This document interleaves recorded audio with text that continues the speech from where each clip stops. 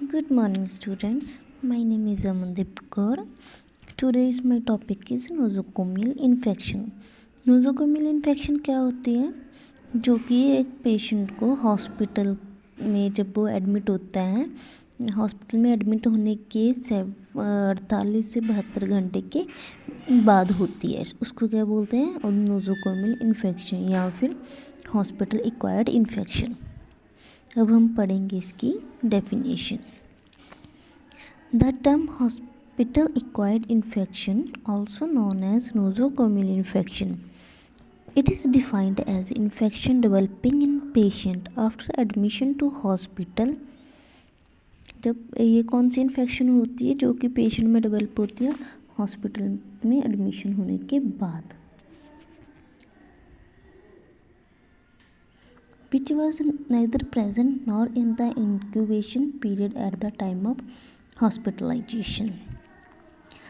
जो कि पेशेंट जब हॉस्पिटल में आया था उस टाइम वो वाली इन्फेक्शन उसको नहीं थी, हॉस्पिटल में एडमिट होने के बाद उसको इन्फेक्शन हुई है, ठीक है। उसको बोलते हैं नोज़ोकोमियल इन्फेक्शन। सच इन्फेक्शंस में become evidence during their stay in the hospital और समटाइम्स आफ्टर देयर डिस्चार्ज। ये इन्फेक्शन कौन सी होती है? जहाँ या तो फिर जब पेशेंट हॉस्पिटल में उसको तब होएगी या फिर जब पेशेंट डिस्चार्ज हो जाएगा उसके बाद हो जाती है। जैसे कि यूटीआई हो गया, उसको वो क्यों होती है? कैथेटराइजेशन करने के बाद। जब भी पेशेंट डिस्चार्ज होता है हम कैथेटराइजेशन रिमूव करके भेजते हैं पेशेंट को। वो कई बार होता है कि कैथेटर इन्फेक्शन हो जाती है पेशेंट को यूटीआई। इसके सोर्सेज क्या क्या होते हैं? एक्सोजीनियस कौन कौन से होते हैं? Hospital infection is mostly exogenous from an other patient और मेंबर ऑफ द स्टाफ और from the environment in the hospital. Environmental sources includes inanimate objects, air, water and food in the hospital।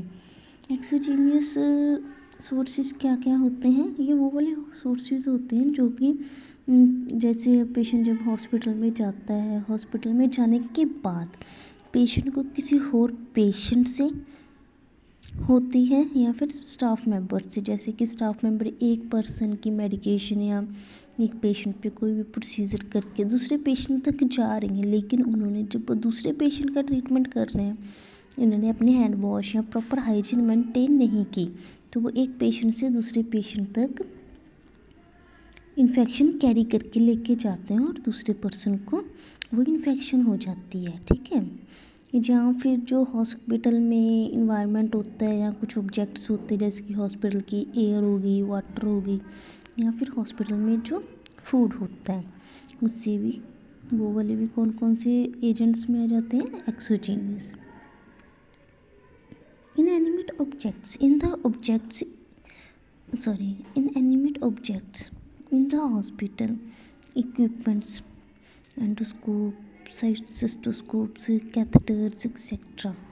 Bedding surfaces contaminated by patient secretion, blood and body fluids. Inanimate objects क्या क्या होते हैं hospital में? जैसे कि एंडोस्कोप्स हो गए, cystoscope हो गया, कैथेटर्स हो गए। प्रॉपर हम स्टरलाइजेशन टेक्निक्स नहीं यूज़ कर रहे, प्रॉपर हर एक इक्विपमेंट को स्टरलाइज नहीं करेंगे तो पर्सन को इन्फेक्शन होने के चांसेस होते हैं।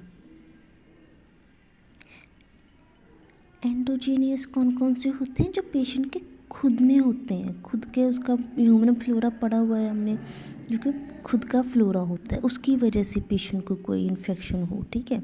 जैसे पेशेंट ऑन फ्लोरा में invade the patient's tissue during some surgical operations.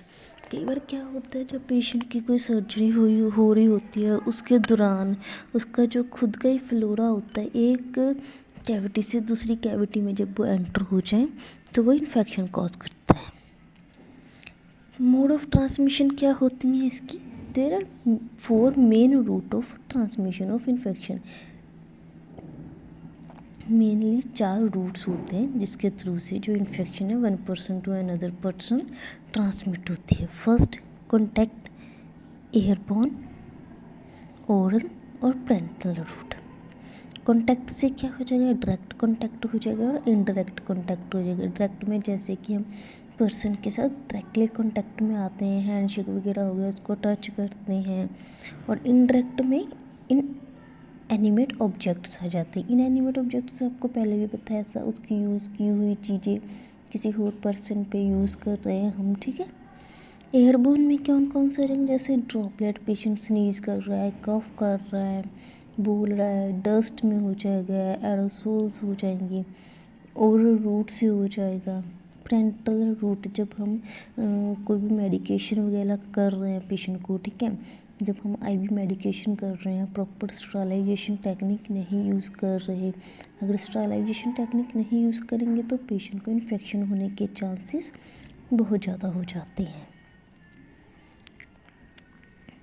Common hospital acquired infection कौन कौन सी होती हैं, UTI, urinary track infection, respiratory infection, wound and skin sepsis, gastrointestinal infection, Burns, bacteraemia and septicaemia. Diagnosis कौन कौन से होते हैं और कैसे इनको कंट्रोल कर सकते हैं। डायग्नोसिस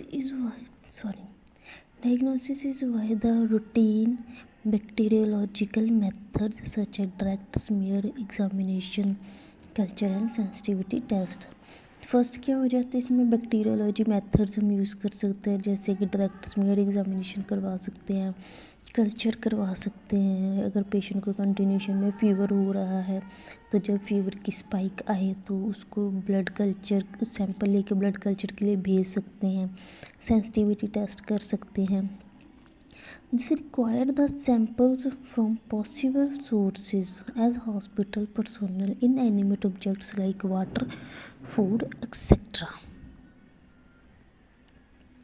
कंट्रोल कैसे कर सकते हैं, autoclave, sterilisation and disinfection. Patient को जो कोई भी इंस्ट्रूमेंट्स हैं, इनएनिमेट ऑब्जेक्ट्स, उसको ऑटोक्लेविंग करना, प्रॉपर स्टरलाइजेशन टेक्निक्स यूज़ करना, डिसइंफेक्ट करना, सब चीज़ों को। प्रिवेंशंस क्या क्या हैं, administration of antibiotic therapy to the carrier staff और source patient to destroy the pathogenic agent.